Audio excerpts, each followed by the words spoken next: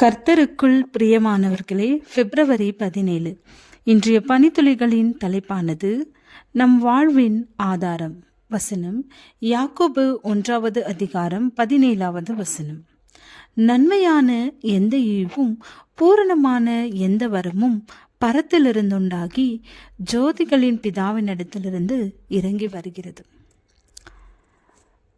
சொமோஜா மால்கோட் என்பவர் போஸ்னியா நாட்டில் உள்ள ஜெசிரோ கிராமத்தை சேர்ந்தவர். இவருக்கு ஃபெஹிமா என்கிற மனைவியும் ஜுவாத் கேத்ரிவ் என்கிற 2 மகன்களும் இருந்தார்கள். இந்த போஸ்னியா மற்றும் அதனை சுற்றி இருந்த பகுதியில் இருந்த மக்களுக்கு ஒரு நம்பிக்கை இருந்தது. ஒரு ஏழை பெண் ஆற்றிலே தங்க மீனை பிடித்தாள். ஆனாலும் அதன் மீது இரக்கம் கொண்டு அதை மீண்டும் ஆற்றிலே விட்டுவிட்டாள். அதன் பிறகு அந்த பெண்ணுக்கு சந்தோஷமும் செல்வமும் கிடைத்தது.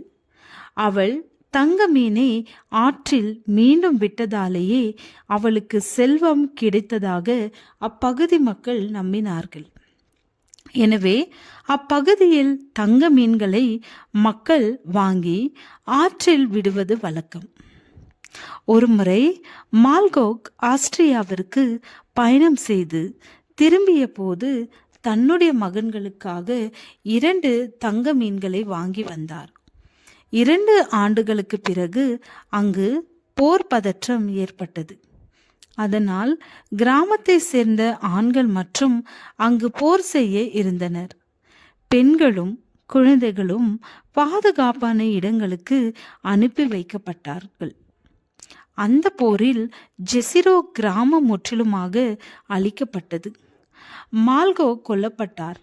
திரும்பி வந்து பெஹிமா பார்த்தபோது எல்லாம் பாழாய் கிடந்தது. அந்த 2 தங்க மீன்களையுடைய மீன் தொட்டி மாத்திரம் இருந்தது. அவர்கள் வீட்டின் அருகில் இருந்த குளத்தில் அந்த தங்க மீன்களை அவள் போட்டு விட்டாள்.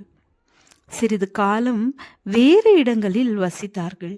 ஆனாலும் அவர்களுக்கு சரியான சூழல் இல்லாததால் மீண்டும் ஜெசிரோ கிராமத்திற்கு பெஹிமா தன்னுடைய மகன்களை அழைத்து வந்தாள். அனைத்தும் பாழாய் கிடந்த அந்த கிராமத்தில் அவர்கள் வீட்டின் அருகில் இருந்த குளத்தில் அநேக தங்க மீன்கள் பிரகாசமாக துள்ளி கொண்டிருப்பதை பார்க்க முடிந்தது. உடனே பெஹிமா தன் கணவர் கொடுத்த அந்த பரிசை நினைத்து பார்த்தாள். நம்பிக்கை இல்லாத சூழ்நிலையில் கணவர் விட்டு சென்ற அந்த பரிசு இப்பொழுது அவளுடைய வாழ்வாதாரமாக மாறியது. பாழாய் கிடந்த கிராமம் தற்போது தங்க மீன்கள் விற்கக்கூடிய மிக முக்கியமான இடமாக மாறியது. 1998ஆம் ஆண்டு மால்கோக் இல்லம் மீண்டும் அதே இடத்தில் கட்டப்பட்டது. 2 கார்கள் வாங்கப்பட்டது. பிள்ளைகள் சந்தோஷமாக தங்களுடைய எதிர்காலத்தை குறித்து கவலை இல்லாமல் வாழ்கிறார்கள். தேவன் நமக்கு கொடுக்கக்கூடிய தாளந்துகள், ஆசீர்வாதங்கள், அவருடைய கிருபை, இரக்கம் யாவும் பாழாய் கிடக்கிற நம்முடைய வாழ்க்கையை ஆசீர்வாதமாக மாற்றுகிறார். வாழ்வின் ஆதாரம் இயேசு. ஜெபம்.